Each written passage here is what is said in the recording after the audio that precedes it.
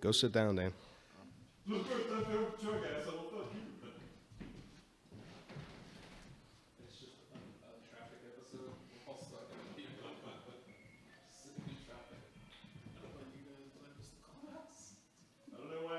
We came, we saw, he died. Radio Free Radio, Radio Free Radio, Radio Free Radio, Radio Free Radio.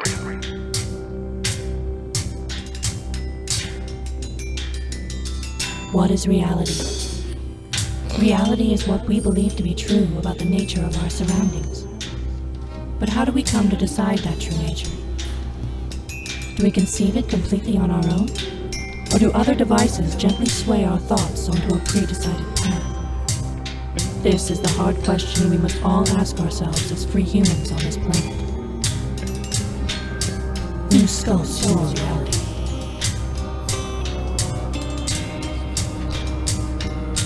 Reality.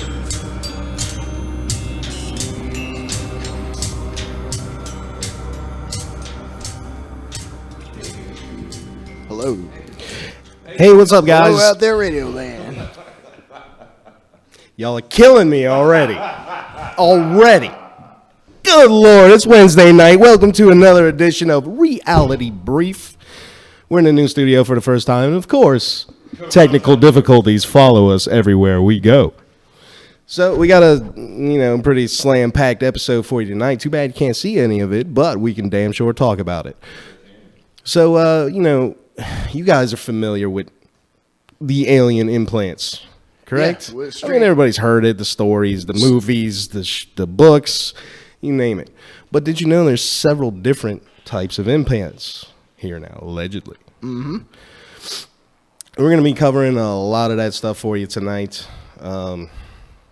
I guess we could start out with a basic overview. I mean, alien implants is a term in ufology to describe a physical object placed in someone's body after they have been abducted by aliens. Now, as a side note, they say a lot of that happens within the secret space program.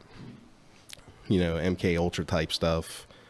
And of course, surface government. They put little tracker bugs in you and whatnot to keep track of where you are and, alter your brain waves and perhaps even control your thoughts.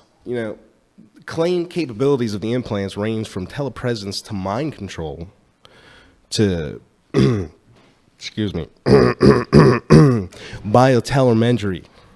Did I say that correctly? Biotelemetry? So essentially it's like tagging a wild animal. Like they're being able to tell where you are, tracking essentially. So as with UFO subjects in general, the idea of alien implants has seen very little attention from mainstream scientists. It's still considered fringe, wacko stuff.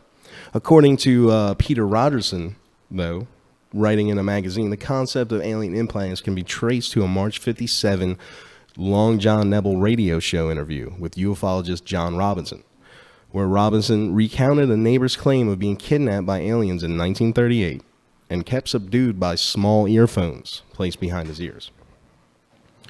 Massachusetts resident Betty Andreasen claimed that aliens had implanted a device in her nose during a supposed alien abduction in 1967. First publicized by Raymond Fowler in his book, The Andreasen Affair, a Canadian woman named Dorothy Wallace claimed a similar experience in 1983. In later years, the claims of authors like Whitley Strieber would popularize alien abduction ideas in general, including reports of unusual implants associated with abductions.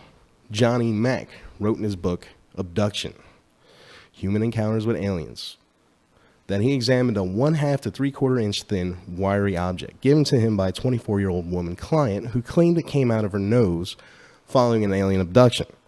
California podiatrist Roger Lear, which we'll get into a lot about him in a little bit, also claims to have removed alien implants from patients. That Roger Lear guy is like, the foremost expert in the field. He's dead now, but he's the one that pretty much pushed us forward as far as it went with, repealing. He did like 14 cases or something like that.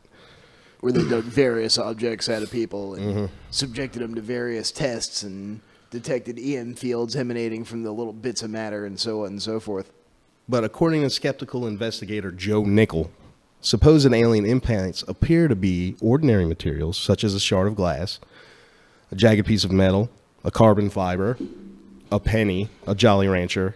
The objects are often found lodged in extremities, such as toes, hands, and shins, which would make sense if you're going to get something, a foreign body embedded in yourself in a normal way. You would think it would be in one of those places. Those seems like one of those parts of your body that takes Easy. the most abuse: hands, feet. Nichols cites Israeli teaching hospital department head Virgil Priscu's opinion that there's no mystery, no implants, explaining that normal objects picked up during a fall or by walking barefoot often become surrounded by scar tissue. Which makes sense, but let's say, let's say that you did have some sort of alien technology embedded in you, then you would think that it wouldn't really be discernible as technology. You know what I mean? They would No, make it look absolutely like not. a piece of junk. They would make it look like something nondescript, and any circuitry is going to be from something that's so advanced that it's indescribable from, say, just a tiny bit of silicon. Right. Ronnie? That guy's right. Hold on a second, buddy. Hear me, can you? We can't now. Oh. Sorry, I had the wrong channel muted.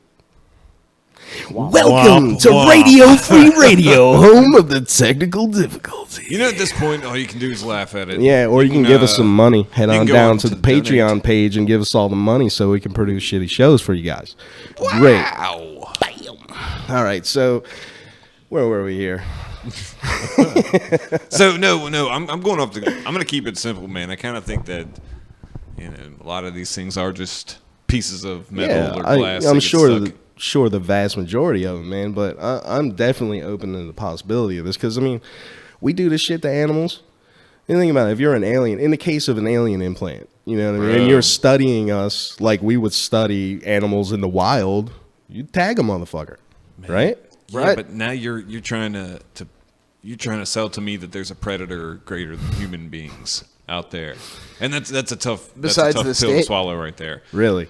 Yes, Why is really. that so tough to swallow? Just because we're trained that on this earth that we are the apex predator on this Or- earth, but if Right. there's a species that's technologically advanced enough to travel here from another world, I would say they'd be a Unless better you, predator than us. Unless you accept the premise that we basically started off as somebody else's Jaffa. They came down and mixed their DNA with that of the native hominids to this planet, and turned us into their gold mining slaves, and then bounced for whatever reason. Could be. We had an interesting graphic up on the one of the Facebook posts that we had earlier. Kind of explain how it goes. Aliens come down, bang the hominids, Yeah. and Pretty that's much how it how goes. you get me. Anybody? No. So this guy Roger yeah. Lear, man, he was born in 1934, right? He died in 2014. He was a podiatric surgeon, so he worked on people's feet, basically, right? He's pretty much the forefront of this alien implant stuff. He was on the circuit the whole time, Art Bell. Whitley Strieber's Yeah. Dreamland, Coast to Coast. We have several photos, and we're just going to have to post them to Facebook later on, and videos and stuff of this guy and the stuff that he removed. But he said he removed about 12 implants from people's bodies. And he had claimed that some of them emit radio signals. All right, so that right there in itself is not going to be a foreign body. A piece of plastic's not going to emit a radio signal. Right. It would have to be something at least made of ferrous or cupric material. Now, interestingly enough, this guy also claimed that while he was trying to surgically remove some of these implants, they were actually trying to move away as to avoid being extracted. Which is pretty interesting. So he said that the laboratory testing of it implied that they were of extraterrestrial origin. Now, whatever. That may or may not be debatable because I've read, other stuff about this guy that said that, there were times that he was they asked that he would take the things that he removed from people and subject them to, intense scientific scrutiny, and he would decline to, undergo the test. So then you got this guy, Joe Nickel, right? And he said that the implants appear to be ordinary objects like shards of glass, metal, plastic, whatever. And his associate, Daryl Sims, this guy, Lear's associate, supposedly refused to cooperate when asked to provide a forensic medical institute with specimens or photos for analysis. Now, he says that, he claims that in his book, and I've got a excerpt from the book there where he does that. So he says, many of the removals have been performed by California. Okay, this is the wrong one. I'm awesome. Many of the removals have been performed by California surgeon Roger Lear. Actually, Dr. Lear is not a physician, but a podiatrist, licensed to do minor surgery on feet. His office includes UFO magazines for patients to read and displays bug-eyed aliens on dolls. Of course, the guy's removing implants, right? Yeah, you would think.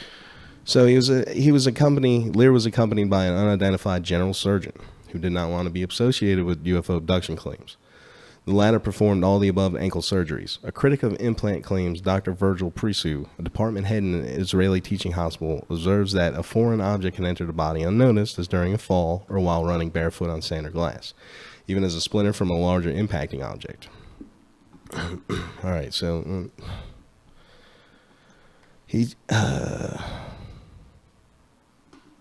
scientific peer review. Sorry, guys, I can't find the exact thing where but basically he doesn't present any proof that this guy said, no, I'm not coughing up these samples to this institute.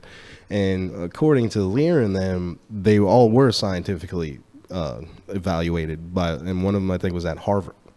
So I don't know about this Nichols guy, because as we know in this field and other fields like it, there are people that say no, no, no, just to say no, no, no, to try and cover things up. Yeah, so I mean, you got to wonder where, people who are saying no, you got to wonder about what their perspective really is, Man, so you we got all this wonder awesome, what their personal politics are. You got all this awesome stuff to show you.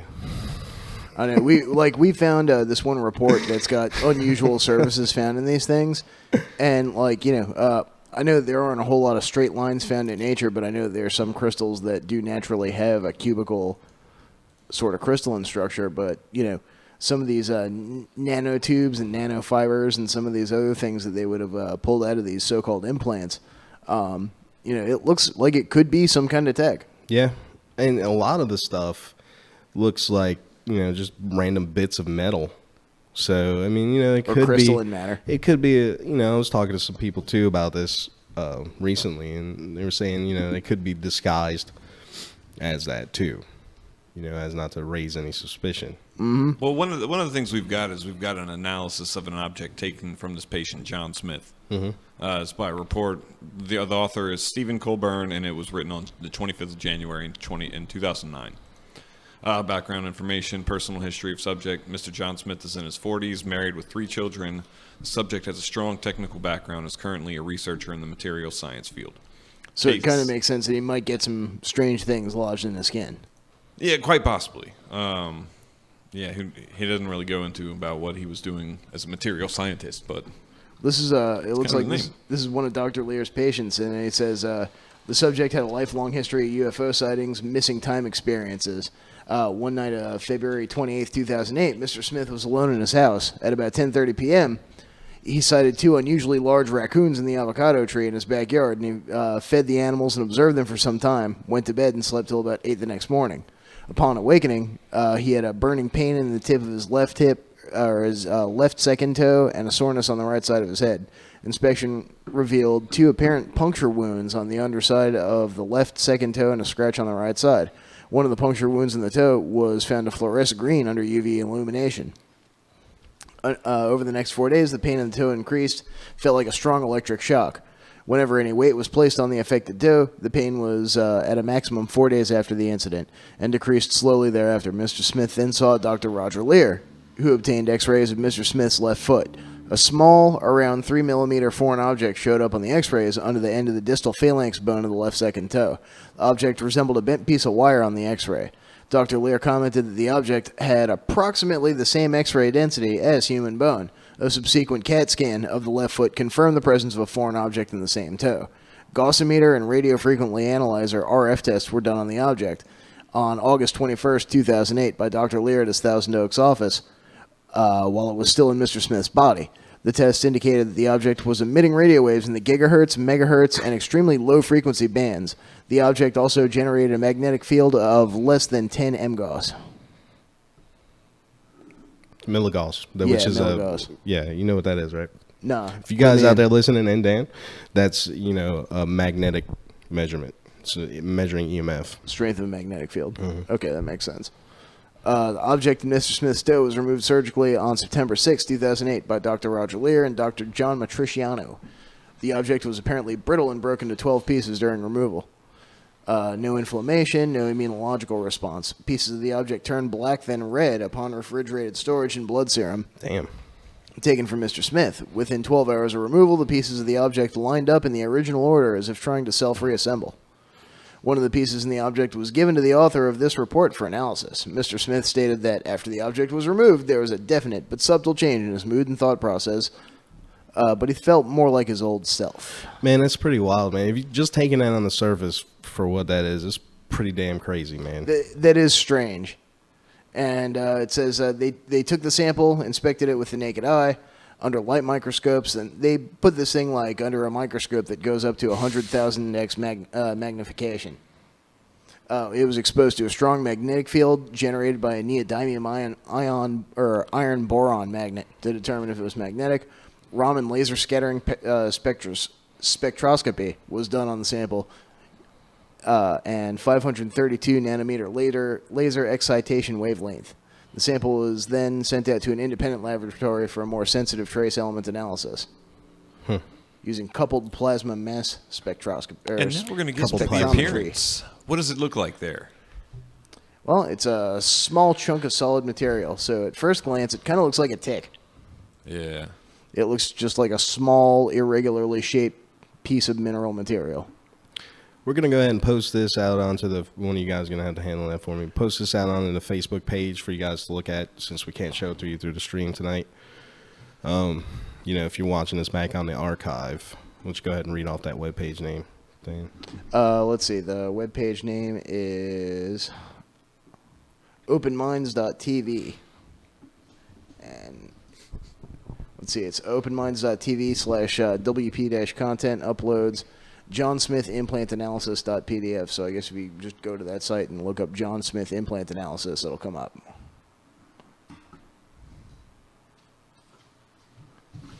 Awesome. So that's going to go out on the Facebook site for you there in just a second, and I want to. We got some news here. I want to get to. Obviously, there's been all these attacks lately. In England. There was one in Orlando again. I think there was another one in the U.S. I don't know, it's been hard to keep up with that and everything else going on. The ones in England are definitely shaping up, in my opinion, to look like they could be false flags. They got videos of the police dressing and undressing at the scene, like changing it out of their clothes, their police clothes, and the, like, crisis actor type clothes. You know how that goes. There's no way for us to really know. We can have our suspicions, and we always do. I mean, Theresa May is using this as an opportunity to go batshit insane. Yeah, I mean, it's right before the election, too. Yeah, she's talking about restricting the internet. She's talking about restricting, like, their version of free speech. I mean, I don't expect England to really ridiculous. grok liberty. I don't expect England to really understand the whole concept of liberty. No, I wouldn't expect them really to understand that much either, even though the Magna Carta and all that. But, man, on the AI front, artificial intelligence, guys, we watch this closely because, to me, it's scary as shit. We got this new report coming off Science Alert. Actually, it's a little bit old now because we were supposed to talk about it last week, which obviously we didn't. This dystopian device warns you when AI is trying to impersonate actual humans. What's messed up about this is we were just talking about this 2 weeks ago. Mm-hmm. Which is when this came out, actually. 2 weeks ago. No, it was only a week ago. Scared of a future where you can no longer discern if you're dealing with a human or a computer? A team of Australian researchers have come up with what they call the anti-AI AI. Pretty sweet. Is that kind of like anti-affinity? It's like a radar detector.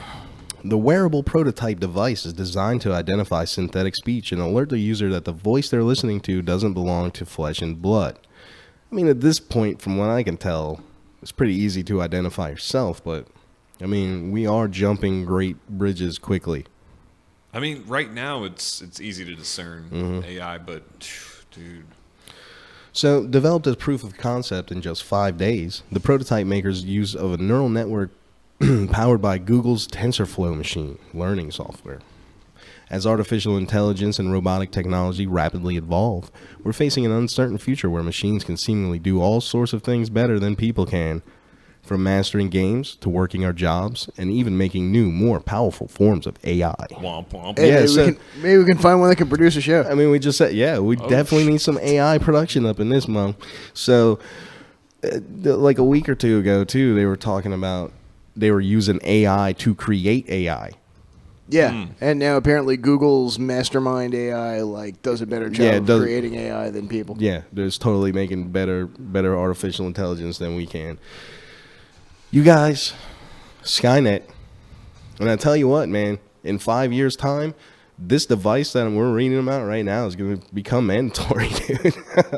It's Think so? Insane, man. Yeah, dude. You think? See,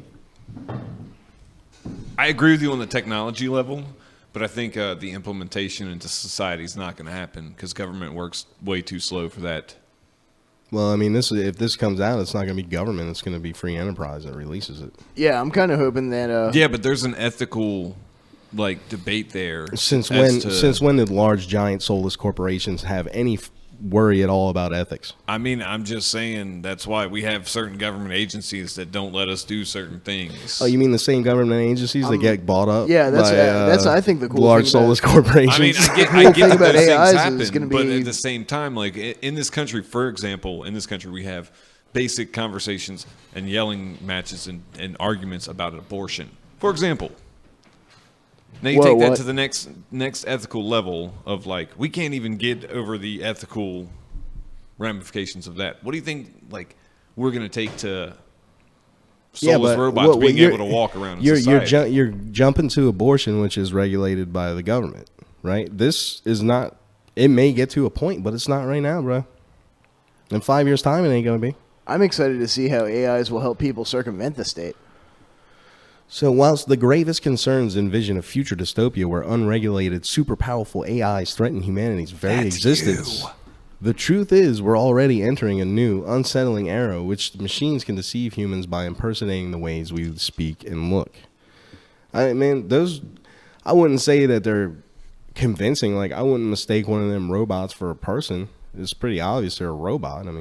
But technology comes in giant leaps, man. Like I said, 5 years from now, they could be walking around. We could be piloting our little VR machine as our little avatar runs around and works for us. Well, that's the logical end to it. But say 5 years from now, when this actually becomes technology and this thing becomes an implementation, there could potentially be a future where hypothetically somebody goes into a bar, they're just getting there drunk, and they're getting hit on by a robot. Now stick with me, bro, because I think this goes to that ethical response where it's at what point does the robot have to be hey, I just want to tell you that I'm a robot. Seriously, though. That's the kind of ethical questions that I've got when it comes to robots being allowed to, this technology. I'm glad that this anti-AI technology exists, however. It's mandatory. Because this shit is going to be mandatory one day. Well, What, according to an RFID chip in your butt? No, AI detection. Nah, man, I'm going to have this app on my phone that when I'm talking to somebody, it's going to be this person's an AI. And then I'm going to think that they're an AI and try and shut them down. Well, look, man, if you follow along with any of the narratives droid. coming out from the stories of the secret space program, AI is already a main infiltrating factor. And it's not AI that we have created. It's AI coming from outside. So now I know you're familiar with the whole black goo thing, right? Nah, not really. Dan? Yeah, the gray goo. The idea, it's a big pile of nanites that, if anybody out there, if you ever seen Stargate, the replicators with the Stargate. Simple. Think about here. the X-Files. What? This is more. Okay. This is more like that. Now there was an episode. There was a whole story arc in the X-Files about this black substance that was in the oil that was taking over people. Yeah, it's right? like intelligent machine. It's like that. It's not like giant replicating, self-replicating. So it's like the Phyrexians.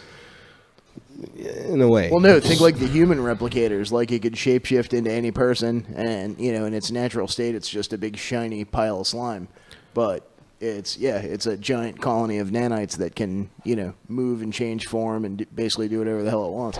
So according to the Corey Good camp, which is what I've dubbed them, Corey Good and Company,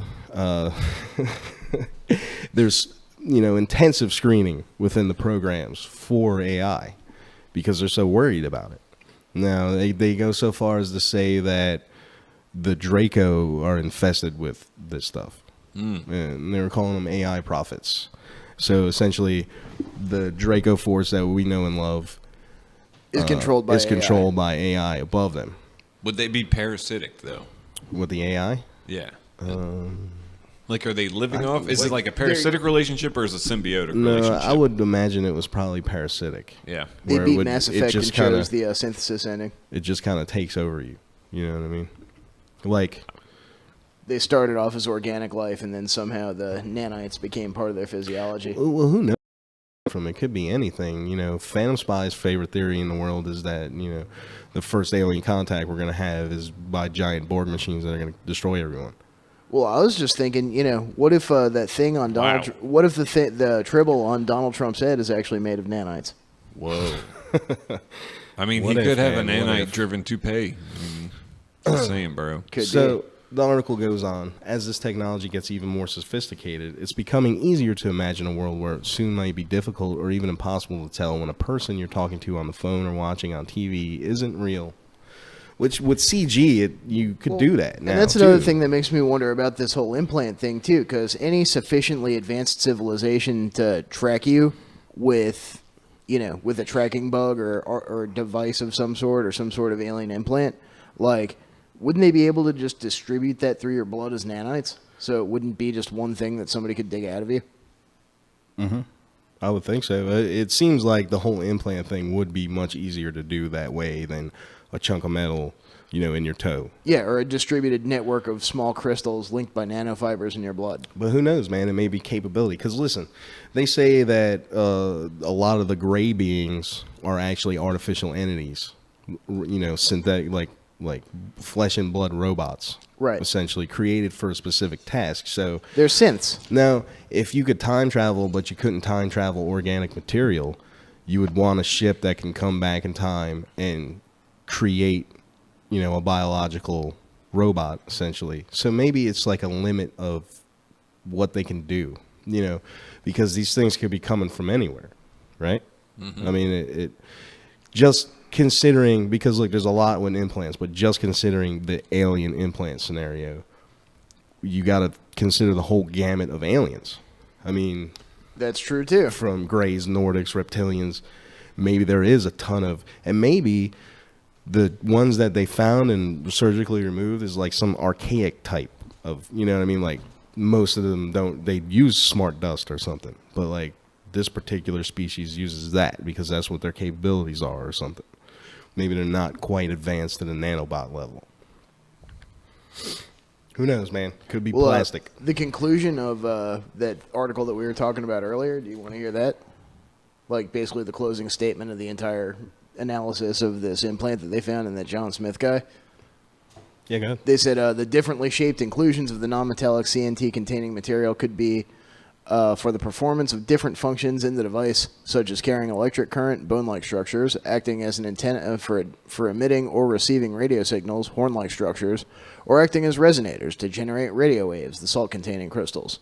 The magnetic structure of the metallic matrix material of the object may be necessary for the device to function, or alternatively, meteoric iron could have been chosen as a base material simply because of its abundance in our solar system and probably other solar systems as well. This would make it a relatively inexpensive metallic material for use in manufacture if the organization or society that made the object already had inexpensive methods of space transport and travel. The manufacture of a device comparable to this one is probably beyond the technology of known earthly commercial processes at the present time.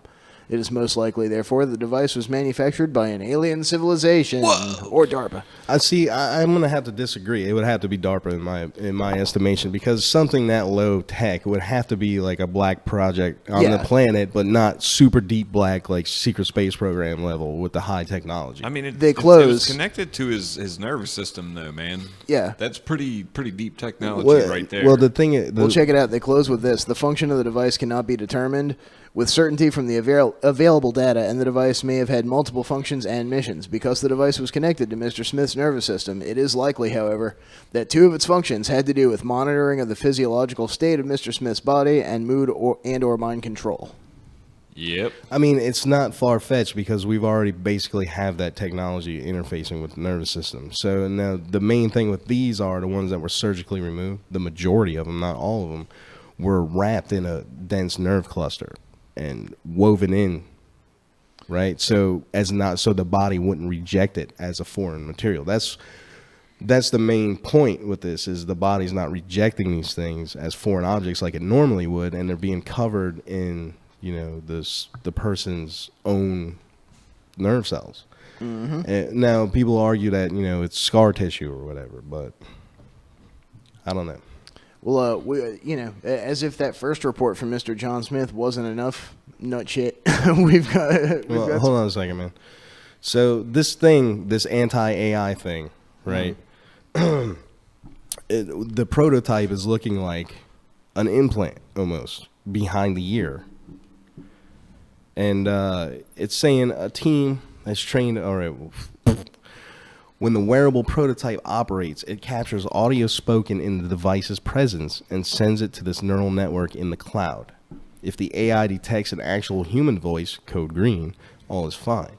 But if the system picks up on synthetic speech, it has a unique way of subtly letting the human know they're talking to a digital clone. Rather than using light, sound, or vibration to alert the user, the prototype includes a miniature thermoelectric cooling element to reinforce that the voice they're hearing is coming from a cold, lifeless machine. So this thing, it's an implant. Essentially, it's an anti-AI implant. And they keep saying wearer, but the pictures they're showing looks like it goes inside of your head. And we wanted the device to give the wearer the unique sensation that matched what they were experiencing when a synthetic voice is detected. By using a 4x4 millimeter thermoelectric pelter plate, we were able to create a noticeable chill on the skin near the back of the neck without drawing too much current. So you feel a chill on the back of your neck if you're talking to an AI. That's right, guys. This device literally sends a chill down your spine when you're talking to a digital doppelganger made up of zeros and ones. But I would submit, aren't we all just made up of zeros and ones? Yeah, that sounds like kind of racist to androids, if you ask me. It's robotism. Mm-hmm.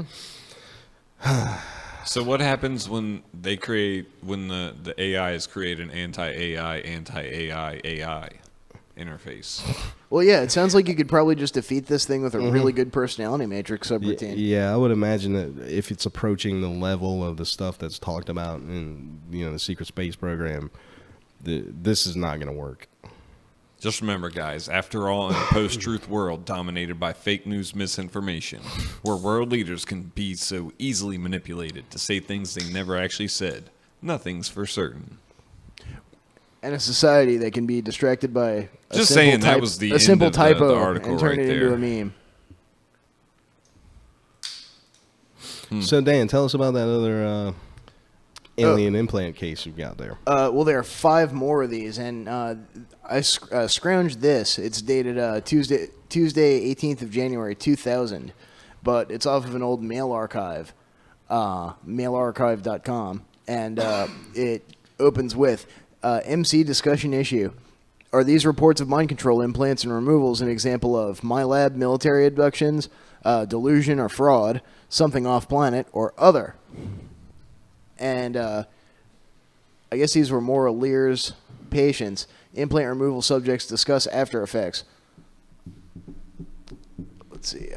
So we know, but we've heard Lear's background. The first set of implant surgeries took place on August 19th, 1995 at Lear's Podiatry Clinic in Thousand Oaks. Pat Parinello a 47-year-old man from Houston, Texas, and Mary Jones, a pseudonym, 52, also from Texas. Both individuals were investigated by Daryl Sims and referred to Lear for surgery. Based on their past UFO encounters and x-rays which confirmed anomalous objects in their bodies, Pat's object was removed from the back of his left hand and Mary's objects excised from her left big toe. All services were performed free of charge.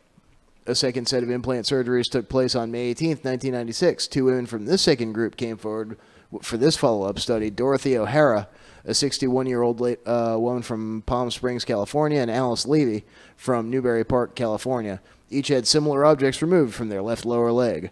A man in the second group who had a metallic object lodged in the tissue below his lower left jaw did not participate in this follow-up study. Another woman, Lycia Davidson, 37, who had numerous UFO encounters and had a crystalline-like object removed from her foot in January of 1997. Lab studies of the removed objects are ongoing. Meanwhile, it is possible for the surgery subjects to reflect upon the changes they have observed in themselves that seem to be related to the implant removal. So, again, that could be psychosomatic, or these things could have actually been having an effect on these people. In the following text, Eve Francis Lorgan reports on her interviews with the implant removal subjects. Scientific evaluation is our best ally, but the experiences and opinions of the courageous individuals involved in these implant surgeries are equally important. A series of simple questions was posed to each of the participants. When asked how and when their implants may have been inserted, Pat Parnello from Houston believed his implant could have been inserted during a UFO encounter that he had in 1954 at 6 years of age.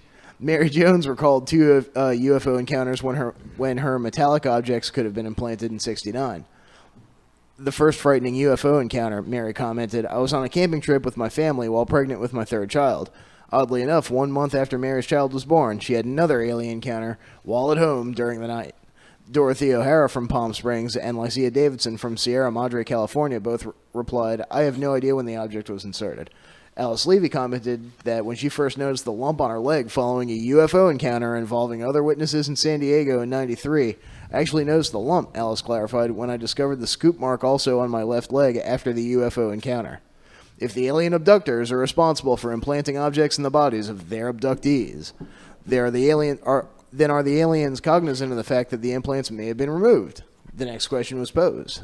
Did you experience any UFO sightings, alien abductions, odd dreams, missing time, or any other paranormal events just prior to or within a month after the alien implants removal surgery?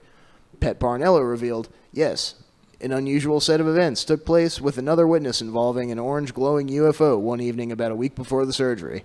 After the surgery, I noticed that my psychic abilities seemed to decrease.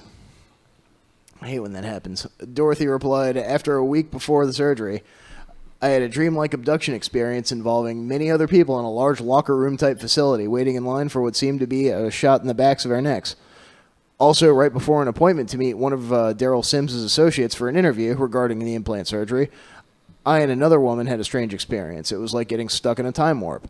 I ended up being late for the appointment, and then late one evening after I returned from the surgery, I had an alien encounter that I couldn't clearly recall. Mary experienced a rare pain and swelling in her toe and foot about a week before the surgery. At that time, Mary revealed, I knew exactly where the objects were in my foot. I could feel them. Prior to that, Mary had no pain or sensations of that kind in her toe. What was really strange, Mary admitted, was the moment I stepped out of the car to meet Daryl Sims just prior to the surgery, my pain stopped. Lycia and Alice did not recall any unusual events before or after the implant surgery. And now that the implants have all been removed, will the aliens continue to come back and abduct the abductees?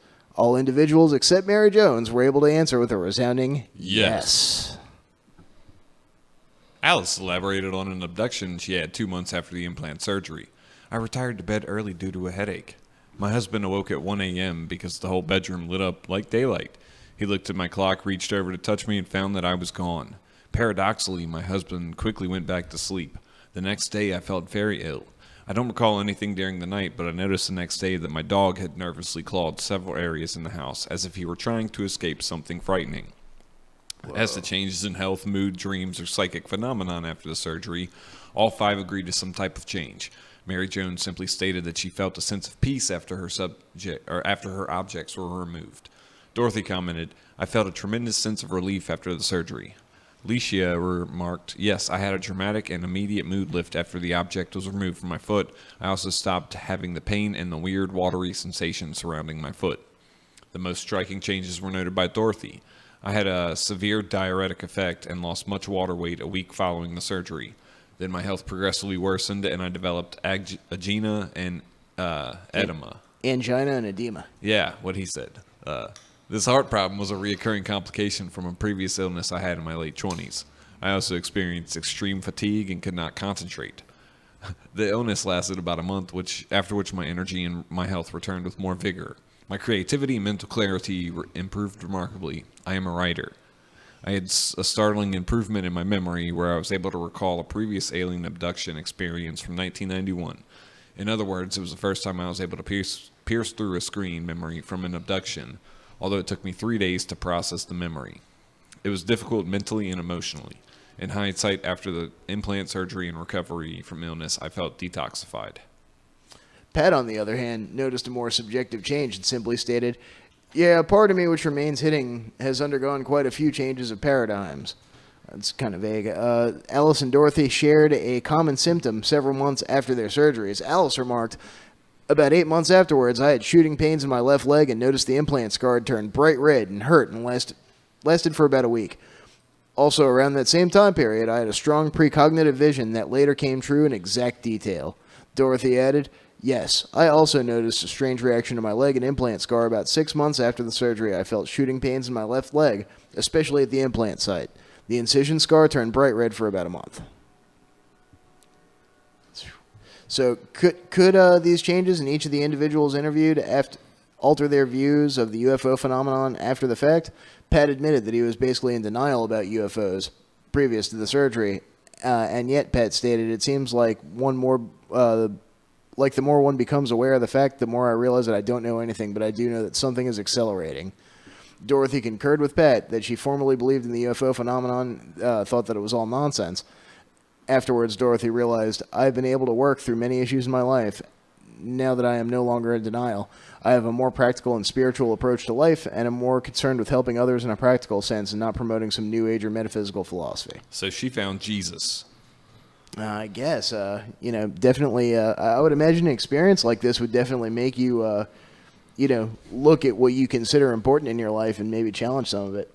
I mean, kind of. Or you could regress and just say, you know what? I don't know a damn thing, and the more I find out about this kind of thing, the worse off it is, and feign ignorance. It sounds like that's what she did, while Pat's like, I just don't know, but I want to learn about it. Yeah. I mean, I definitely want to learn about everything, even if it's make-believe. Both Because, Leisha I'm a curious person, man. Yeah, but some stuff I just don't want to learn about because it's just like, At what price? I'm going to go ahead and pass on that. And if I got to ignore that part of it, I'll just ignore that part of it. Because some things just aren't worth my happiness, Well, and that's something we would challenge all of our listeners to ask themselves. What is the price of knowledge worth to you? How far are you willing to go to learn the truth? How much of your soul are you willing to give up to see the true slime between the gears of the reality that we currently live in? What is he talking about here? I mean, it's all about how you react to it, man. You don't have to take it like that and want to die. You know what I'm saying? You don't have to put yourself into a deep depression over something that you found out might be true. You don't have to, Dude, if I found out I was an alien abductee or a MyLab, I would, oh my God, man. I wouldn't fall into a depression for too long. I would just be like, what the fuck? And then I'd probably ignore it because I've got a family now, and it's really not as important. It's all about how you respond to it, man. Yeah. Yeah, you're correct. And, this Dorothy chick, she found Jesus. I mean, that's... Maybe it doesn't that's her necessarily answer, say okay? that, but... That's how she responded to it. I mean...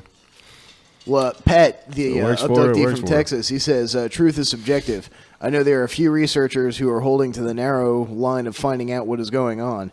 Ellis agreed that for the most part, the abduction researchers are reporting things as they experience, but for one small exception, some top researchers are not mentioning the apparent military involvement. Leisha concurred with Ellis. Top researchers are touching on major issues, but in my opinion, do not want to get involved in the government end of it. Dorothy forthrightly stated, many people in the UFO community have their head in the clouds and believe in an overly benevolent, fanciful, spiritual philosophy. There is not enough critical analysis. I've learned more from one-on-one conversations with other abductees than I have from the public lecture circuit. Most of the implantees describe noteworthy mental, physical, psychic, or health-related changes after their implant surgeries. 4 of them reported a continuation of some type of alien abduction activity. The 2 women who had biological-type implants, apparently non-metallic organic objects, experienced strikingly similar post-surgical changes involving shooting pains and reddening of the incision scar. The important thing here to consider is the whole clinical picture. Physical tests of the implants alone are not substantial enough to solve the implant mystery, let alone the question of the alien presence. If not, then what is? The lives and experiences of the abductees themselves tell us what we need to stop and listen, or tell us that we need to stop and listen. The answer lies somewhere in between science and the hearts of the people. Is that really what you think? No, I think the answer pretty much lies in science, but I think everything is scientifically quantifiable, even God.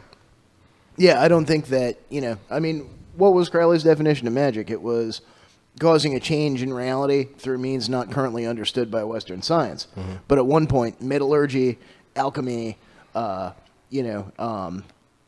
biology, meteorology, all that stuff was considered magic, and at some point it was brought into the realm of science. So I think that a lot of stuff that we talk about now, alien abductions, ESP, psychic powers, all that fun stuff, stepping sideways into other dimensions and whatnot.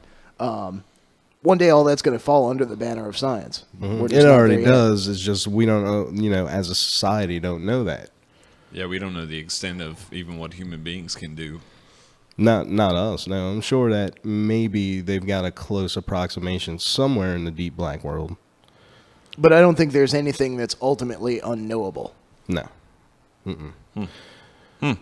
Man, you know what? How do we think? Ronnie, you were sitting here, and from what I took from it, it seemed like that you didn't believe in extraterrestrial beings. From what? Well, we were talking earlier, and you were talking about humans being the ultimate predator, and you were. It seemed like you were insinuating I was just that. talking about from this earth. I'm not right. That. Well, the thing about it is, the U.S. government is now openly trying to prepare for it. Okay, I got this article here from space.com. The headline on it is Space Aggressors Train U.S. Forces for Extraterrestrial Conflict. Nice. It's got some cool pictures, guys. Check it out. And sorry the video's down tonight, but we'll have it back up by next week, I promise you. In a large tin-roof warehouse near Colorado's Rocky Mountains, members of a team of modern space warriors spend their days hatching plots to defeat the U.S. military in extraterrestrial combat. They're called Space Aggressors. Their job is to act like the enemy during mock space battles to help U.S. units prepare for a conflict that one day may extend into the cosmos. We play the bad guys, said Captain Christopher Barnes, chief of training of the 26th Space Aggressor Squadron. Man, that is an awesome name, dude. I want to... Dude, that's Squadron. Anything with Squadron in it, it's just like, yeah. That's a band name right there. You know what, though? I bet you these are just a bunch of dudes Squadron. playing video games. Or at least they think All they fucking are. day. Well, why don't you let me finish the article No. before you make wild, gross accusations. Our job is not only to understand the different types of threats and potential enemies, but also to be able to portray them and replicate them for the good guys, our Air Force. So this is an Air Force program. Interesting to note that I guess the biggest solar warden spawning out of the Navy. No, the Air Force having this surface program. The 26th and 527th Space Aggressor Squadrons are headquartered in a 2-story warehouse at Colorado's Schriever Air Force Base, stocked with advanced radio and satellite equipment nicknamed The Barn. Behind the building, antenna dishes trace the sky.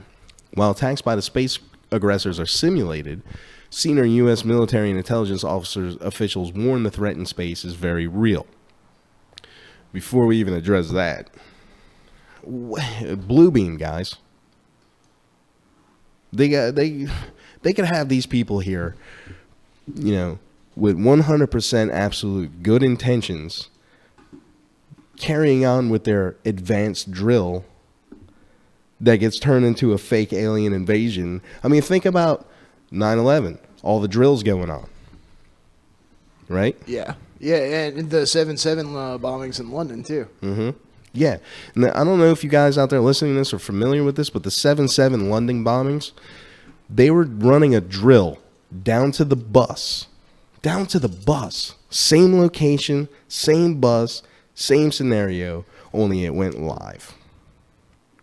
right? Right. Look it up, guys. It's fact. Anyway, I digress here. Always a drill. Let me get back to this article here. America relies heavily on space assets to project force around the globe, from launching missiles to directing warships across the seas. Indeed, the Global Positioning System, or GPS, is actually a group of 31 high-orbiting satellites owned by the U.S. government and operated by the U.S. Air Force.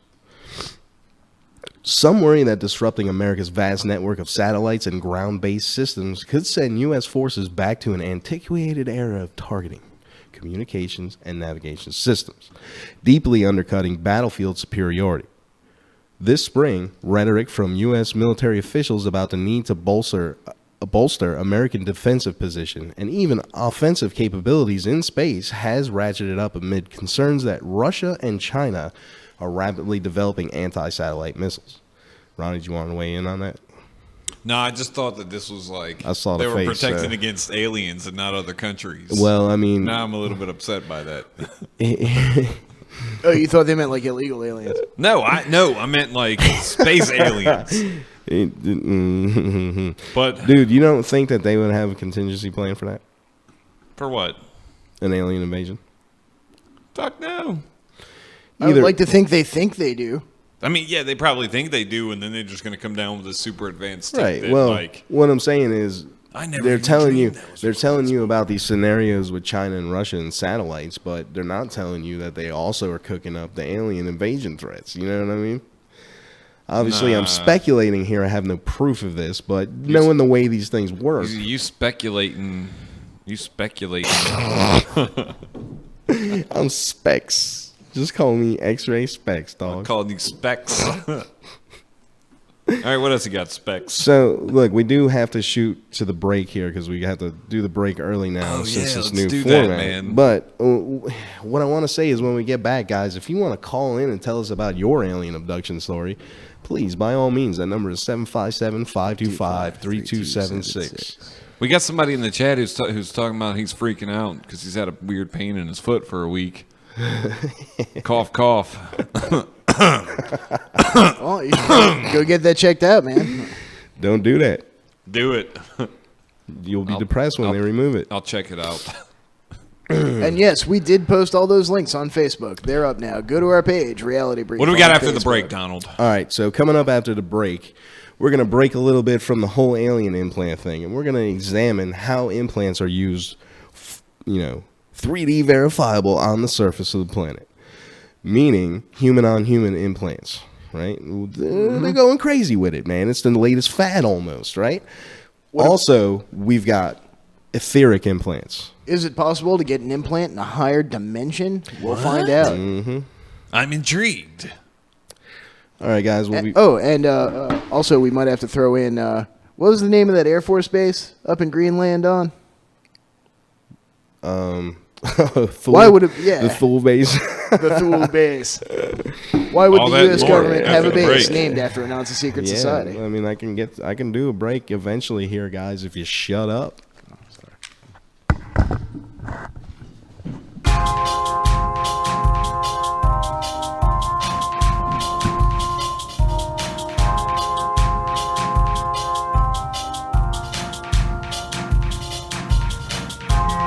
Thought they would look to us, thought they would follow us, but we were wrong.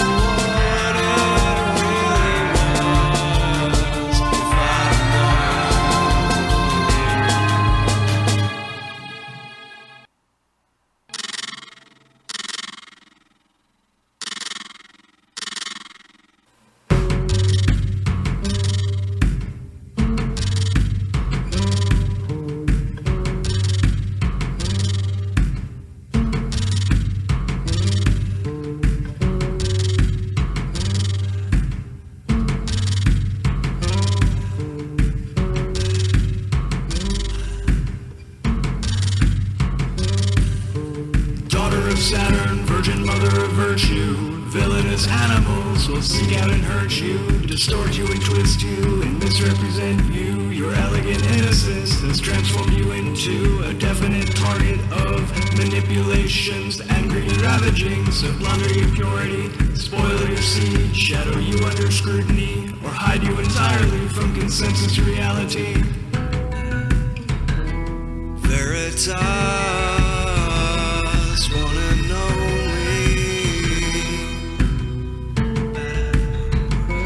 Veritas, our own.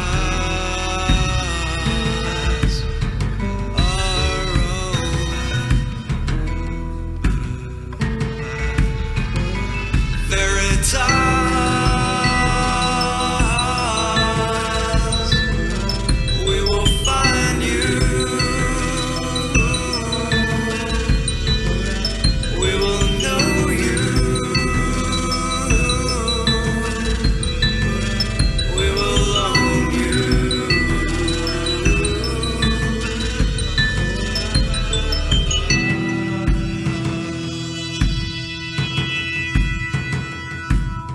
Seeking her endlessly, she's ever elusive. Further and further now, your source gets diluted, and the well is always deeper. How deep can you dive? How deep is your need to stare the truth in the eye? The truth is that you hide from her.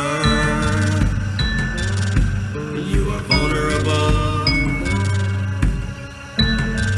as you lie to yourself.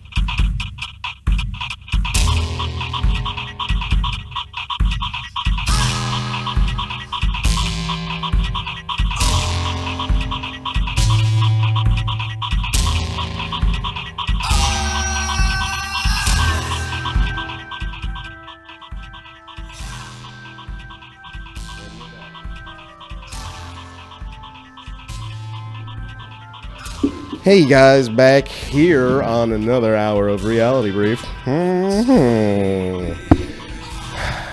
Guys, station needs your help. They went and overextended themselves. You're in trouble now, guys. Hop on over to the patreon.com/Radio Free Radio, or even better, go to radiofreeradio.com/donate. Maybe consider giving a couple bucks so we can keep doing this here from the fancy new digs. You know what I'm saying? How you like it? Look at this. So, now that that's said, you can also go over to youtube.com.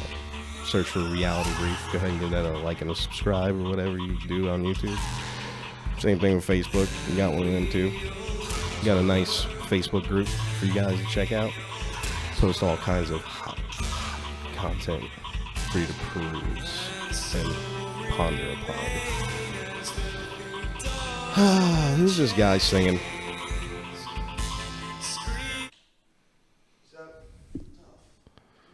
Do what now? What are you doing? And you may have noticed that we're without a producer once again. He done wrecked his car. Well, he's all right, thankfully. And, it's kind of a stretch here. But we're back in business, so. All right. Space Aggressor Squadron. So on the news front, before we jump on into because this is a good jumping off point, I believe. Ooh, 3D hologram Morphe. Alien implants, now science fact. DARPA invades the human brain. You can get this on the wakingtimes.com. Imagine a cow being branded on a farm. Now imagine your family dog being microchipped so he can return to his owners if lost. The next logical step from these commonly accepted practices include the tagging and observation of you. The only question is, who's doing the tagging? There are numerous individuals who have been subjected to scientific experimentation in order to remove what are said to be alien implants from their bodies. Mainstream science has largely ignored these claims, as many of them have been debunked. But the precedence for implanting foreign objects in the human body for purposes of manipulation and control is well established. So that's exactly what we were talking about last hour. Stanford University scientists have already figured out how to beam power wirelessly to tiny rice-sized implants inside the human brain. These micro-implants were created under auspices of acting as sensors to the brain, heart, liver, gut, and other mechanisms in the body in order to report results back to a doctor. There are obviously other implications for such technologies, and I would say, where do you think that technology came from? Because we all know all technology pretty much has been militarized before it's released to the public. DARPA. Unlike a pacemaker that sits just under the skin and can often cause irritation, alien microimplants that were surgically removed by doctors were found to be enveloped in a skin-like membrane that helps keep the device in place without the body's rejection of it, which is what I was talking about that before too. Alien implants are thought to be a way for other civilizations to tag and locate human subjects for research, x-rays, CAT scans.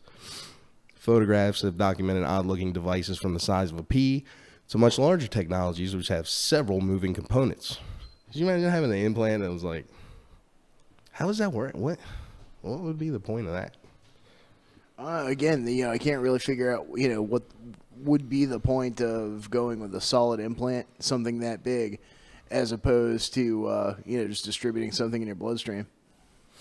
So, moving on there, Daryl Sims, a hypno-anesthesiologist, is said to have one of the largest collections of alien implants in the world. He said that these are not tracking devices, but something else. Of all the implants he has seen, he states that less than 1% of the population may actually have an alien implant. The others are likely nanobots. We talked about that earlier, too. Yeah, and other implant types that have already been documented in military personnel, such as the Department of Defense. For example, DARPA would like to help soldiers and the elderly by placing them in a black box brain implant that triggers memories. So now they're talking about putting an implant in your brain that triggers memories. Releasing this to us now. The Pentagon has earmarked over $70 million in funding for the single project. DARPA is also developing something called electrical prescriptions, or elect prescription. It's nothing more than a program which they say could reduce dependence on pharmaceutical drugs and offer a new way to treat illnesses. But really, they aim to make super soldiers with healing abilities like the Wolverine or the Incredible Hulk, which they can also unplug when they are no longer useful. Say that again? One more time. Say that again. The superhero part. All right. DARPA is also developing something called electrical prescriptions, or electric RX. It's nothing more than a program which they say could reduce dependence on pharmaceutical drugs and offer a new way to treat illnesses. But really, they aim to make super soldiers with healing abilities like the Wolverine or the Incredible Hulk, which they can also unplug when they are no longer useful. So they're putting a chip in your brain or wherever, which is somehow helping you heal. So they're saying instead of taking a pill, like say maybe an antibiotic, you got a chip that gives you, it acts as an antibiotic somehow. Wow. I mean, wasn't the origin story of Wolverine, they kind of You know, Well, they Wolverine- abducted him. I'm not trying to get into that. That's for Popped on Tuesday, guys. You can watch Popped on Tuesday. Yeah. But no. Nice. But no, like his origin story is that of like he was a MyLab. They did some experiments on him, and they gave. Yeah, but he already had already the had the healing healing ability. They ability, gave though. him the metal in his bones. All right, so moving on from Wolverine.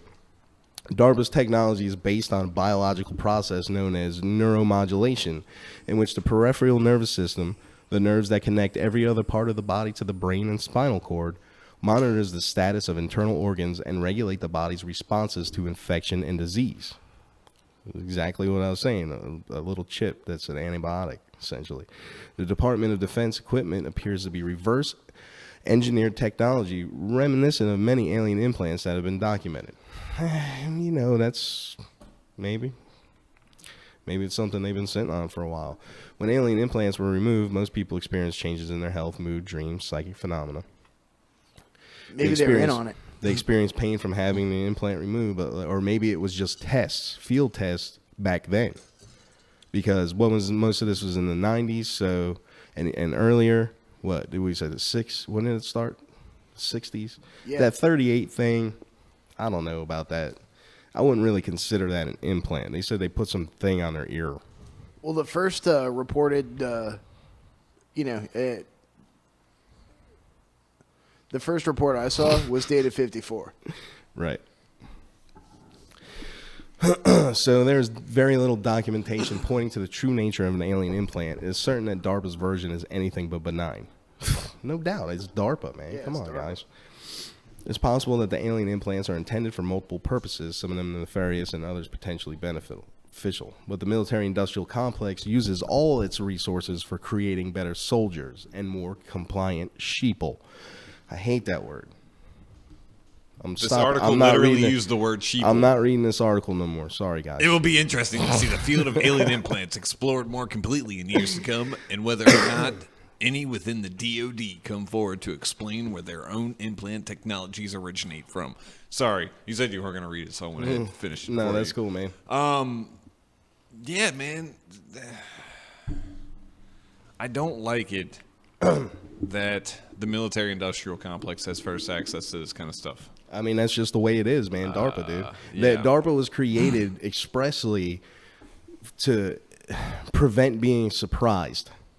Feel what I'm saying? Like, by another nation. Because when they launched Sputnik up, it surprised the hell out of them. They didn't think they were going to be able to do that quick. So they created DARPA to put them ahead of surprise, to never be surprised. So they decided the best way to go about that is to create the surprise. Yeah. Well, Yeah, don't let shit happen to you happen to other shit. I mean, would you rather DARPA using this technology on us, or the the MI or the Mossad or the KGB? I mean, I would rather none of them use it on us, especially without consent. Somebody's going to. Fuck your fucking consent. Fuck that consent stuff. Yeah, well, no, I'm with you on that, though, man. So, I mean, that's one small bit, right? And then we've got, check this out. This just happened recently, too, not too long ago. The headline on this, it's on the Daily Mail, is would you let your boss implant you with a microchip? Belgian firm offers to turn staff into cyborgs to replace ID cards. Now, that's a bit of a stretch for me. I mean, technically, if you have, like a peg leg, you're a very primitive cyborg. So, the article says, in a move that could be lifted straight from science fiction, workers at a Belgian marketing firm are being offered the chance to have microchips implanted in their bodies. The chips contain personal information and provide access to the company's IT systems and headquarters, replacing existing ID cards. Now, this sounds a lot like, all right, so back when they first were digging with the healthcare wall, right, they had a provision in there to microchip vets with this type of information, right? And it never passed. It got taken out. But they did try to do that, and this is exactly that. This is what they were trying to do then, through the government. So this company thought it's a good idea, and they offered it to their employees, and quite a lot of them took it. So, I've heard of clubs and bars in resort towns like Ibiza and Spain doing this too. Mm-hmm. Like, if you want to get into the club, you got to get a chip. Right. Absolutely, man. Be one of the cool kids. And Australia too has been pushing hard towards chipping citizenry. So it's not the government, but it's like a, like an organization in Australia that's promoting this. And Such a bad idea. I don't like it either, man. Like, what happens when you get hacked? Yeah, that's the first place that my mind goes. Not to mention the actual, like they were talking about before, the mood and the mind control aspects of foreign bodies being inserted into the body. Especially once they learn how to hook these things into the nervous system. They already know how to do that, man. Well, I mean, I know that they know how to do that, but right now, this article that we're talking about is talking about just putting a simple chip in with your information on it. Mm-hmm. Yeah, well, no, this company, but they already have the technology to do that via DARPA. Not this company. Yeah, but the technology is out there for that. So think of like the industry that causes people to get pissed off the most when they work in it.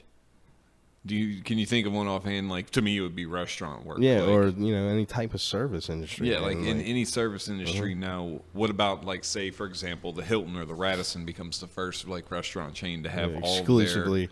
all their hotel chain where they microchip their employees to be good little servants during the 8 hours that they're at work.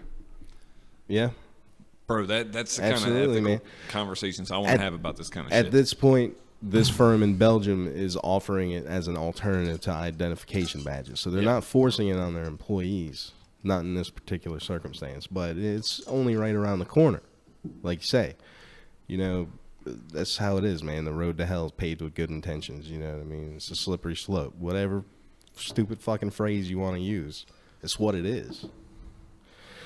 Quite possibly. I mean, the thing is that the technology still has to stick, and that's the biggest. Well, here's the thing now.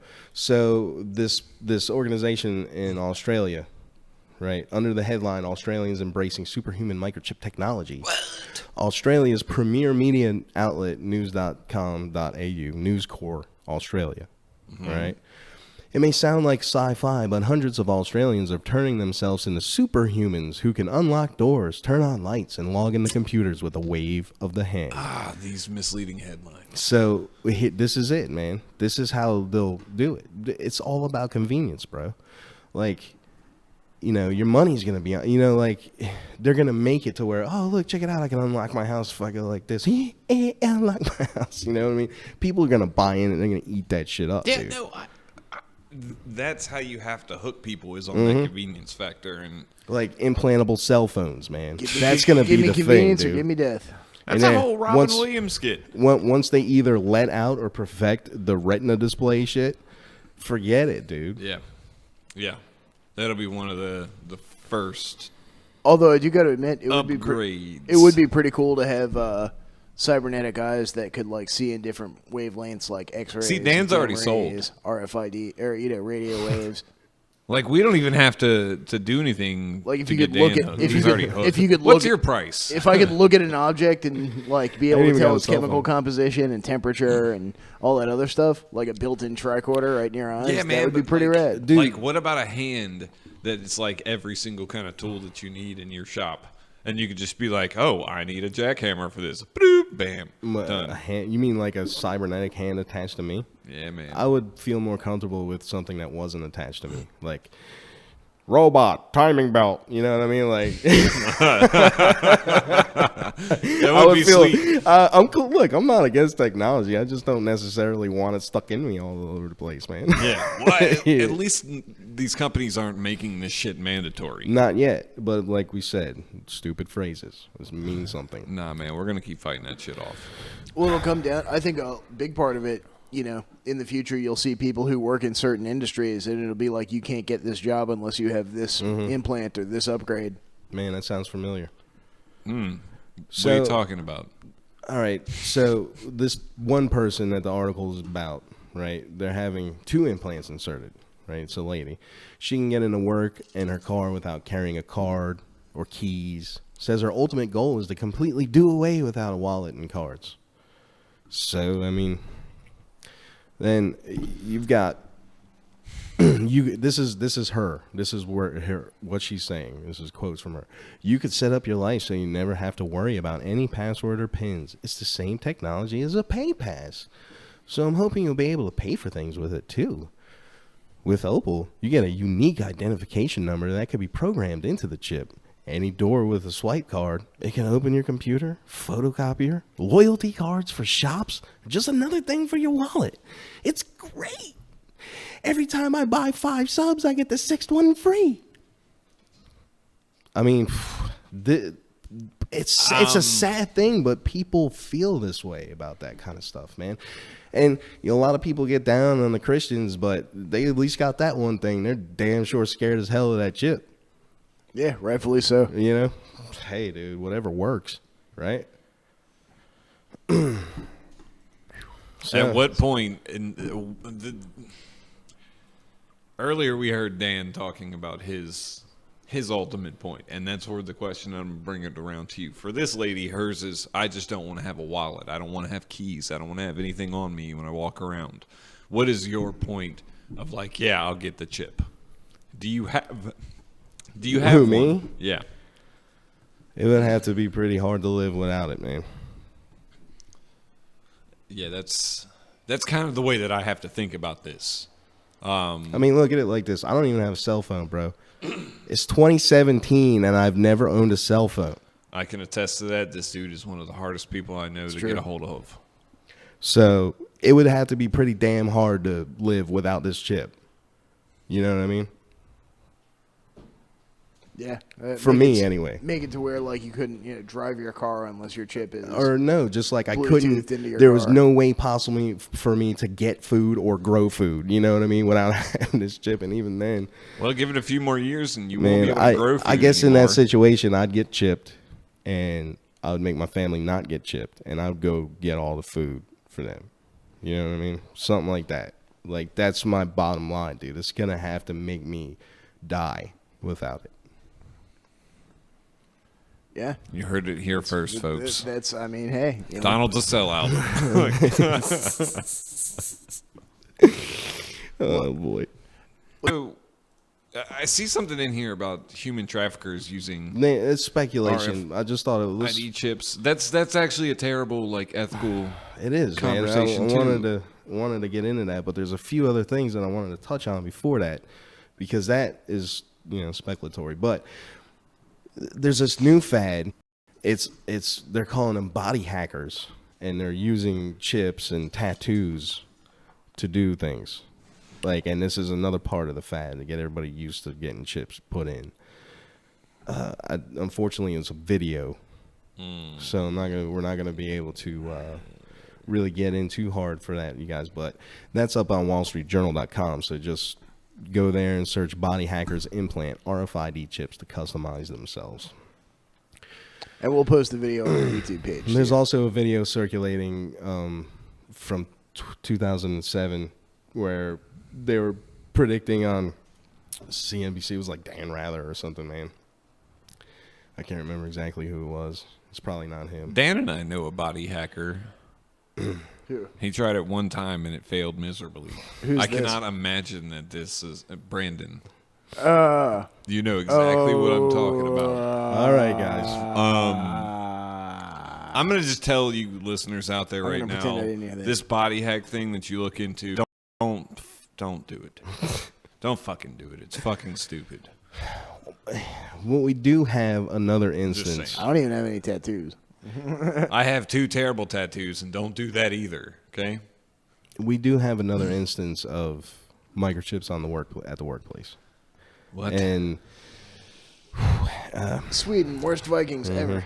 Swedish employees agree to a free microchip implants designed for office work.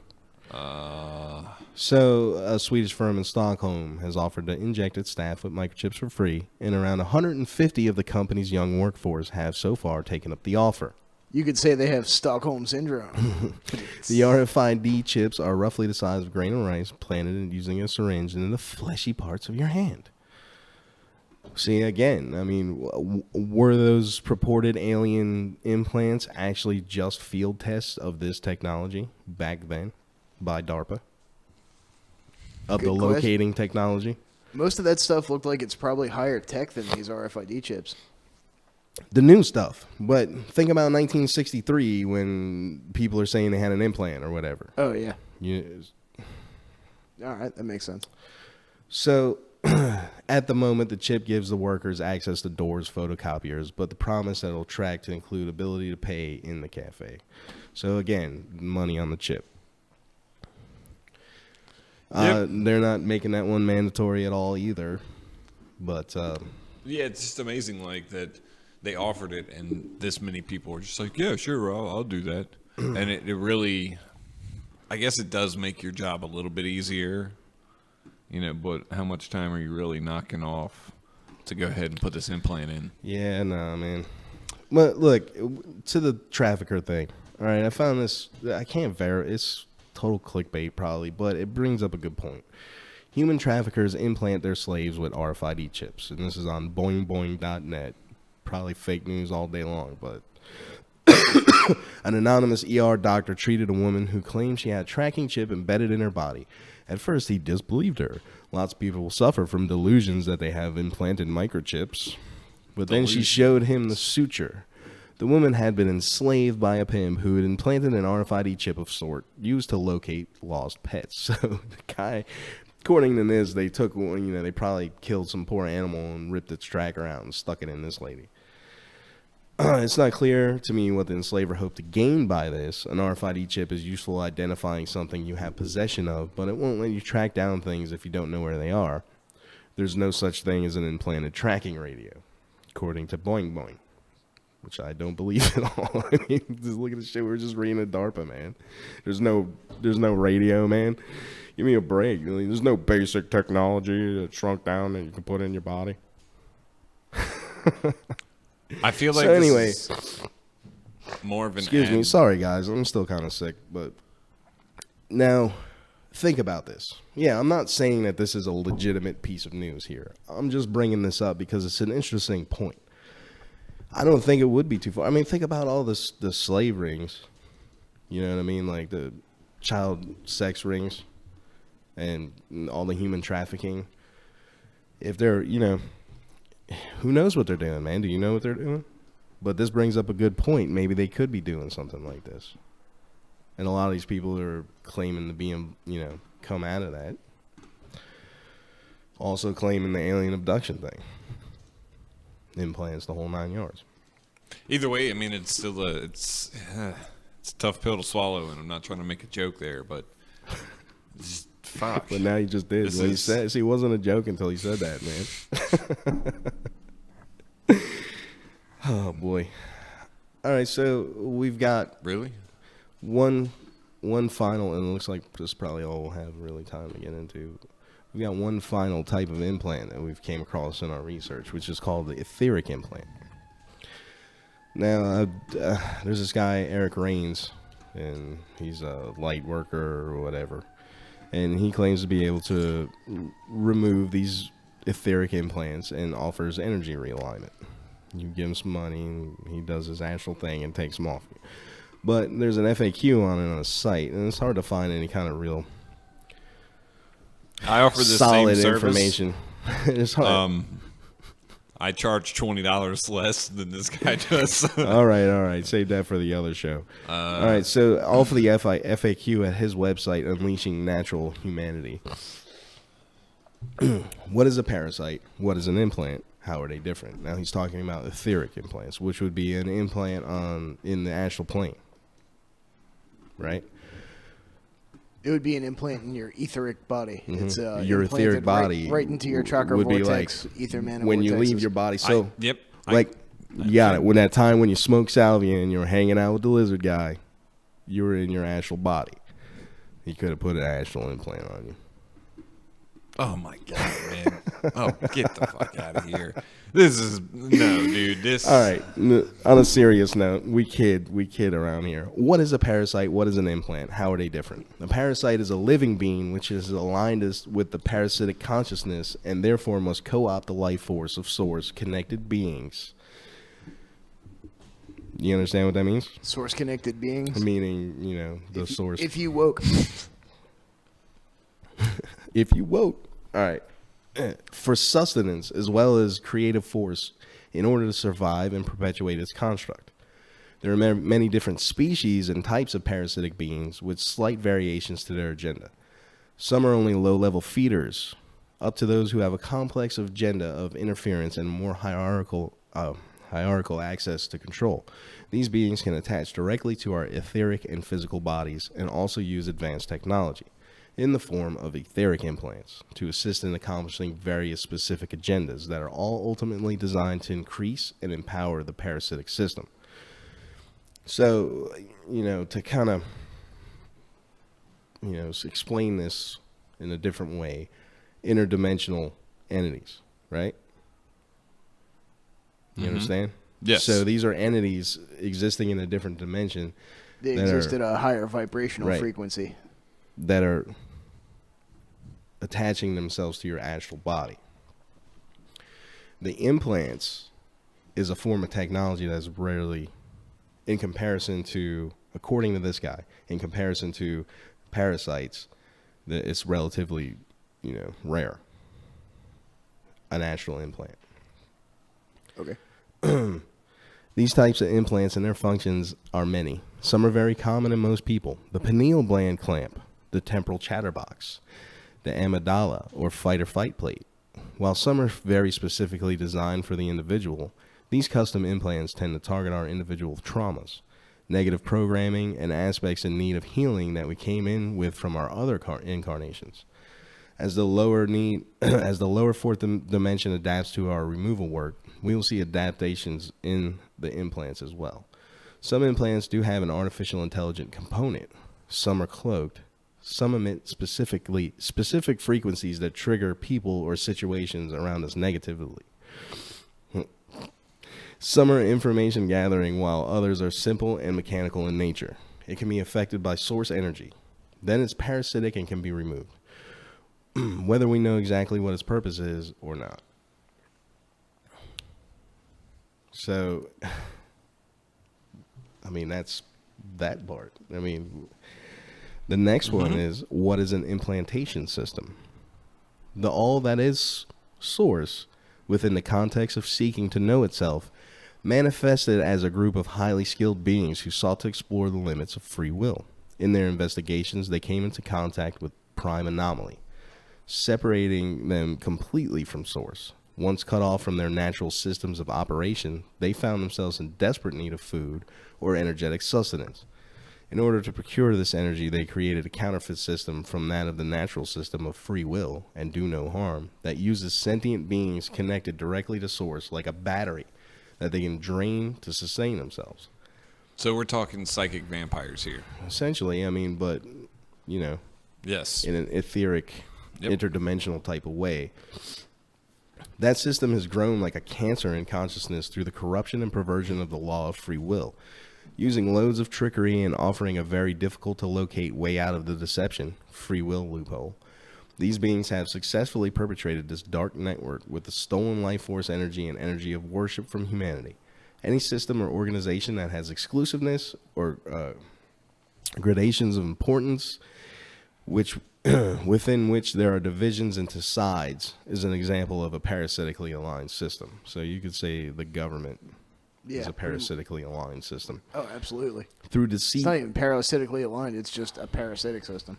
Through deceit and manipulative management of our creative force, our beliefs and thought feeling energy have co-created a self-perpetuating flow of energy toward the programs and technologies which grow and feed the parasitic consciousness within the shared consciousness realm we all inhabit. So, you always hear psychic vampires, they say that there's beings that feed on fear. It's been put forth that draconians feed on fear. It all kind of goes along with the overall narrative that's out there. That's about all I can say about it. I'm familiar with things that are, referred to as little nasties or lemures. And they're basically, negative psychic entities that approach you and suck out your life juice. So this guy... It leads you to wonder, man. This guy, though, can help us fight those battles. That's what you're saying. What battles? The No, battles. To that's get not these, what I'm saying. These etheric, like, no, but what you're This guy, reading here, this guy claims to be able to help with the removal of these. I guess astrally or whatever. I mean, why are I'm you just laughing, smiling. dude? I'm just laughing because I mean, I'm trying here. Seriously, No, though, what I'm man. saying though is like this guy holds the secret to clearing out people's demons, right? He's not holding it secret. I mean, well, he's selling. He's it. able to do it. So we need to get him onto the show. Good luck with that. All right, so it leads you to the question though. What are they doing? You know what I mean? What are these dimensional beings doing? I mean, you got to look at this more, not so much as the attachments themselves, but according to him, there's interdimensional beings that have infiltrated our dimension for whatever agenda. And I mean, you know what I mean? And the attachments is just part of it. If there is a life form that's feeding off of fear right now, they're not going hungry. No, from this world, absolutely not. And I mean, I'm a believer in interdimensional beings, just because of like my own personal experience in life and what's going on. And you know, in my simple tongues, I usually call this type of creature, this kind of parasite, a demon. You know, and it does give a lot of credibility to somehow, like, sometimes there's these pictures of people and they'll have like little creatures just sitting on them, and it's like it could be these etheric creatures or implants, if you will, that have just kind of manifested into reality, because some people have such like great demons that, dude, you can't help but think that there's something that's controlling them from the other side. I don't know, man. I'm scratching here. You're scratching. Well, yeah, because to me, it's like when this guy puts it down into words, it's really hard to take it all in, because it's just a lot of big words put together into kind of a crazy fucking way, and like a big, giant, long run-on sentence. Yeah, but from my experiences and from like hell, most Christian experiences, Christians will tell you that angels and demons are real, that God and Satan are real creatures, and if they are really real, well, if they can see all things, they're not going to be from this dimension. Yeah, you know absolutely not. That's what I was saying before when I said I believe that, you know, everything's quantifiable scientifically, even God. Yeah. You know what I mean? Like, and the reason I was laughing earlier was so this guy would be like a perfect cleric in trying to, like, because some people, like, this guy is not going to be able to help because they have such like bad demons from like their parents. Like, I'm a big believer that your parents' demons become your demons if your parents don't deal with them, and you pass that shit on to your kids and they pass it on to their kids, and then those family demons become these real life problems because you never dealt with them, your parents never dealt with them, your grandparents, and so on and so forth. Somebody back along the way did some fucked up shit. Maybe that's just me, man, but so you're talking about a type of bloodline karma?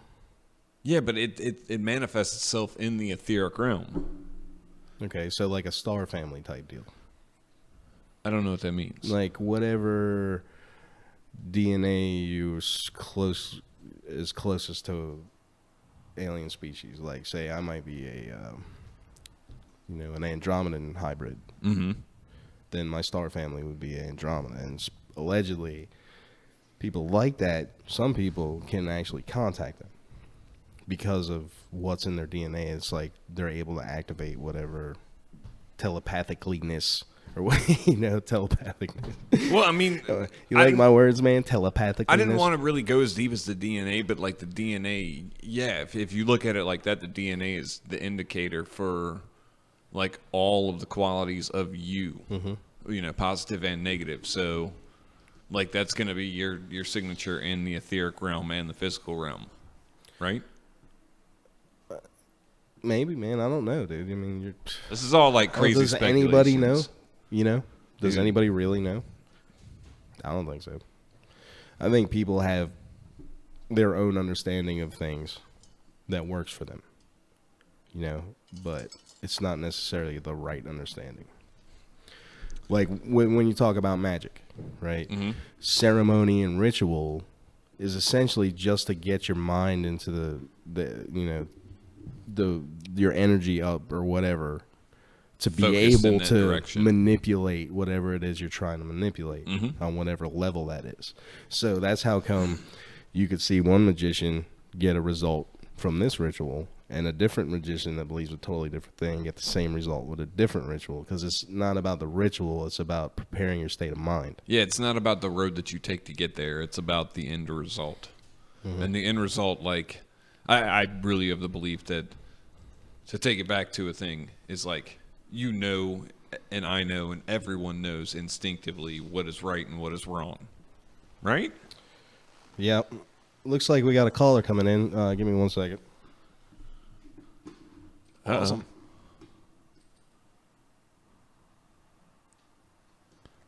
Hey, caller, you're live with Reality Brief. What's on your mind tonight? Hello. About there with Sorry, man. You're gonna have to start over, but it was turned off. Let's pretend like you just called. All right, caller, you're live with Reality Brief. What's on your mind tonight? Hey, it was actually talking about kind of the sins of the father thing you were touching on there with being like written into our DNA, and it got me thinking a lot about epigenetics and how they found that traumas and things like, say, that happened to your grandparents, it actually expresses in their children's DNA and their grandchildren's DNA. So it makes you susceptible to like the same either negative or positive energies that cause their trauma. So if they had something horrible happen to them, then that anxiety actually carries on down through the bloodline through epigenetics. Yep. So, I mean, I don't know if you're, qualified to answer this, but wouldn't DNA just be a series of zeros and ones?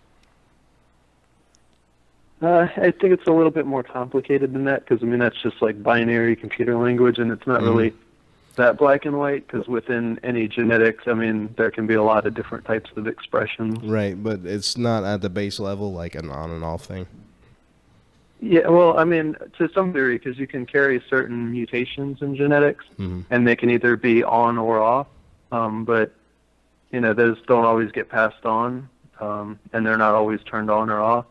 But if, say, your grandparents, say they had certain genetics, maybe they were already written in, then those can be turned on through whatever traumatic experiences they had, like the Great Depression or, fleeing from Nazis or whatever.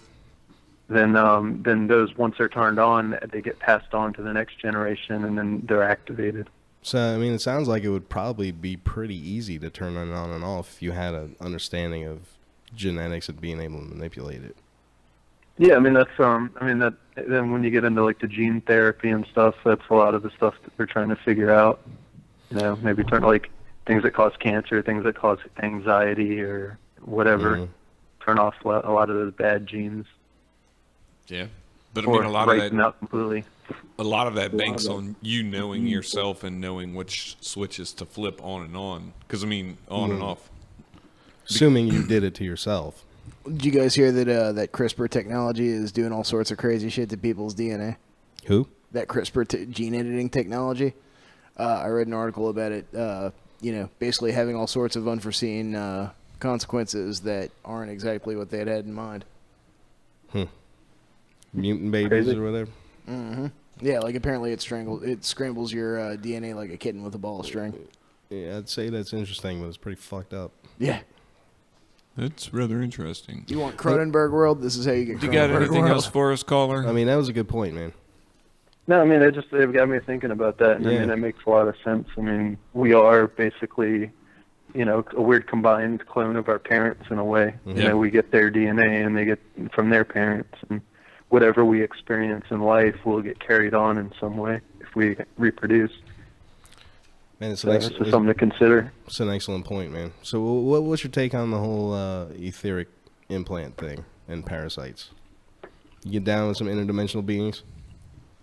Yeah, I mean, I'm open to a lot of possibilities. Like, there's definitely more out there that we don't understand yet than we actually know. So, I mean, there's supposed to be like 11 different dimensions at least, that At we're least. aware of. And Yeah. I mean, we haven't even scratched the surface on getting to like the fourth or fifth dimension. Yeah. Really even understanding how to represent those.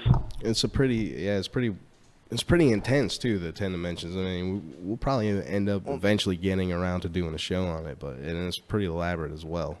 But man, if you can wrap your head around it, You could kind of sum it up as to get instantaneously from any one place in this dimension to any other place in this dimension, you have to fold your space through a higher dimension, no matter what dimension you're in. What? Was that like event horizon?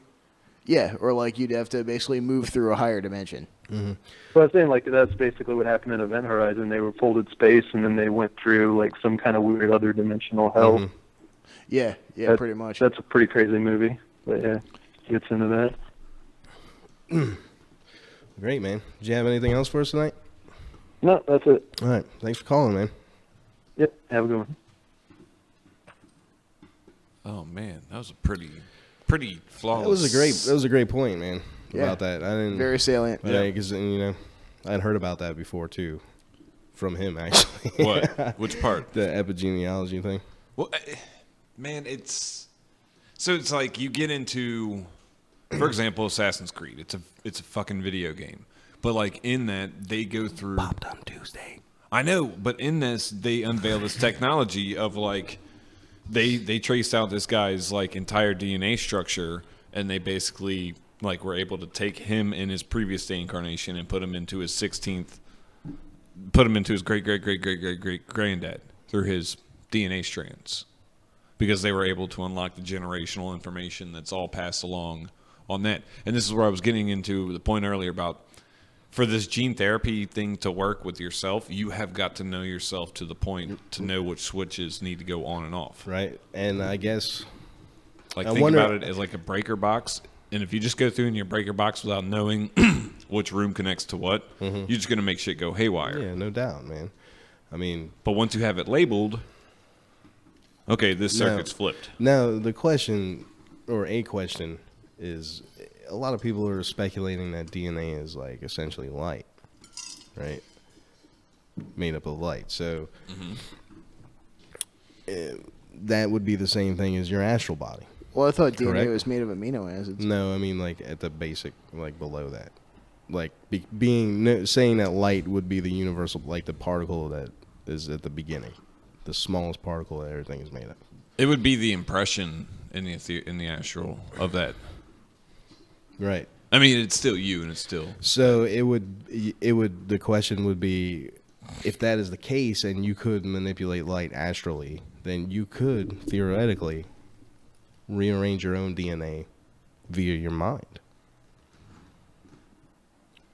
If it is your mind and your pineal gland or whatever that's making you, giving you the ability. I'm 100% on board with what you're saying, because this is a part to me of I really believe that that's one of the things that human beings can do, but we've forgotten how to do. And all this blast of distractions that life throws at us, that our system throws at us, is just meant to keep us from realizing that right there, because that right there is the true superhuman power. It's like, yes, we can affect the world around us through our actions, but can we really affect our own selves through our own actions? And how deep does that go? Because yes, if you go and you work out, you can become like the world's strongest man. If you go read 1 million books, you can become the world's smartest man. But then from beyond that, can you actually go into and look at your parents, look at your grandparents and the problems that they had, and fix those and notice how those affect your own life? Now, if that is the case, then maybe that's what this guy is doing. I mean, it could be.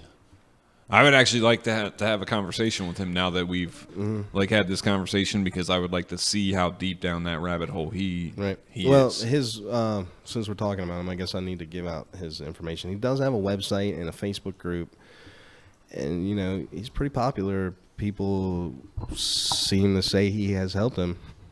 So, what's his name? His name is Eric Rains, and his website is. Dang it. Oh, my God, man. We're going to post it for you. I can't find it right this second, but we'll post it for you guys to check out if you're interested. We got about 2 minutes left of the show. We got time for one quick call. If anybody else wants to call, it's 3276. I'm going to talk a little bit about our studio because it's pretty fucking sweet in here, man. I don't know if we've given time for that. I don't like the way it sounds. You don't like the way it sounds in here? Hear that? Yeah, it needs treatment. How do we solve that? We got a bag of stuff for it over there. We just haven't been able to get to it yet. All right. Well, I mean, maybe we should do a volunteer drive. And everybody come on down.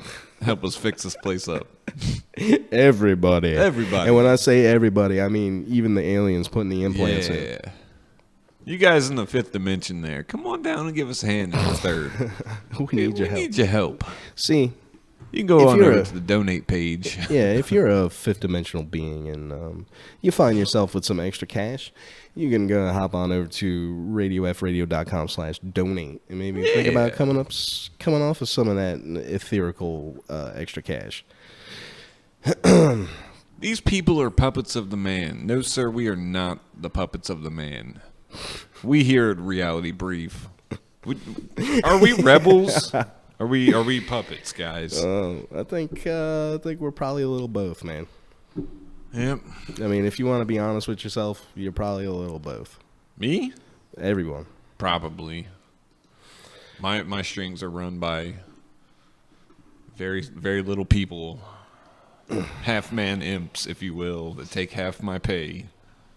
Yeah, there was one other implant that we didn't really get a chance to talk about, but there's a story I shared on our Facebook page about a JetBlue pilot who had a chip in his head. Check it out. Well, guys, that's about it for this week. We'll see you next week right here on RadioFradio.com. You have meddled with the primal forces of nature, Mr. Beale, and I won't have it. Is that clear? You are an old man who thinks in terms of nations, and